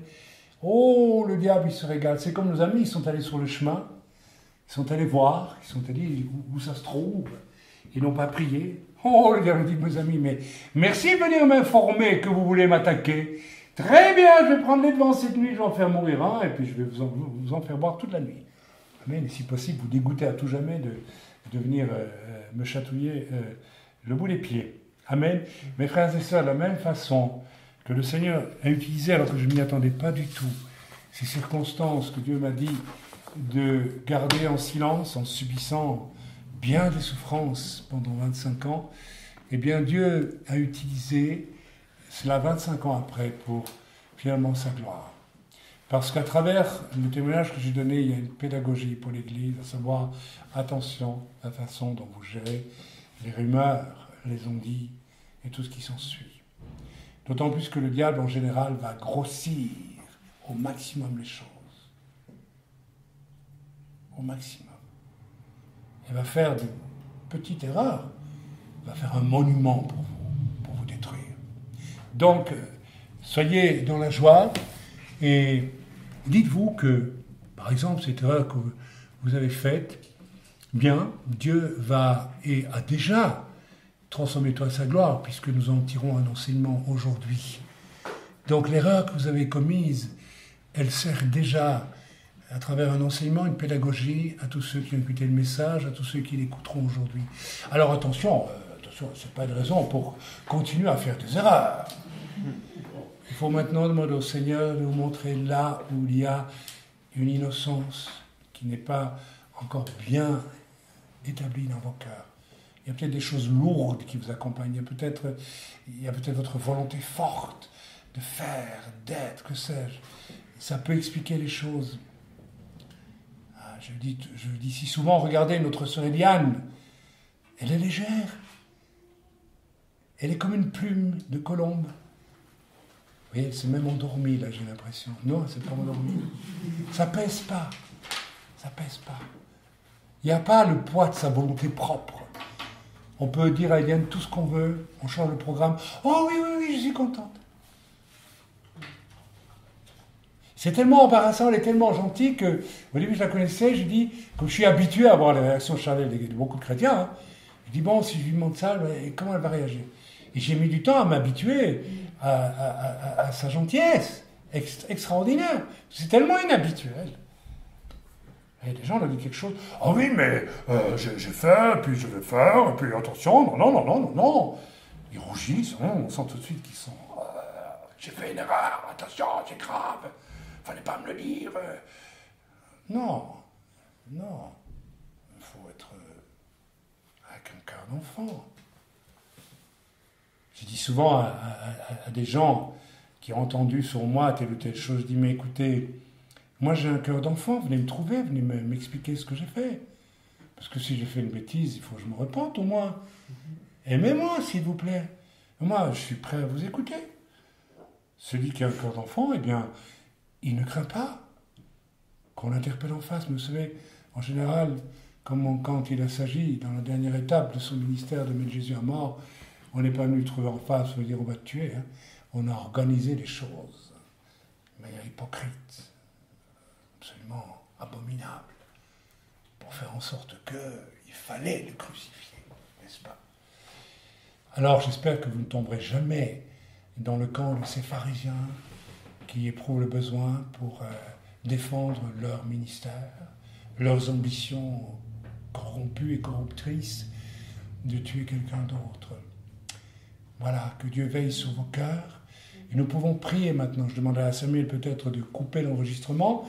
Et je salue tous les frères et sœurs qui entendront ce message dans le bon nom de Yeshua. À samedi prochain. Dieu, si Dieu le veut. Amen.